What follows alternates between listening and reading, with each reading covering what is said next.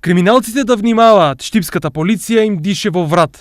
Најголем дел од оние кои посегнале по туки имоти пари или се обиделе преку наркотици да заработат брзо, завршиле со кривични пријави од страна на полициските служби. Во делот на имотните деликти, тешките кражби, кражбите и во областа на недозволената трговија со дрога, бележиме зголемена ефикасност во откривањето и сузбивањето на овој вид на криминал.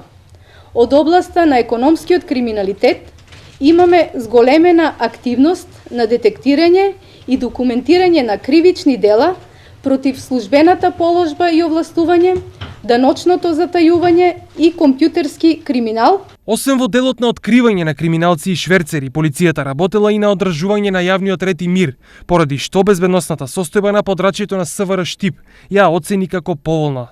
Имаше безбедносно интересни појави и настани во областа на јавниот ред и мир и во областа на сообраќајот, а како резултат на ангажирањето на полициските службеници во извршување на нивните работни задачи, спроведените голем број акцијски контроли, одличната соработка со граѓаните, за кои постоиме и за чиј интерес работиме, сметаме дека безбедносната состојба е поволна.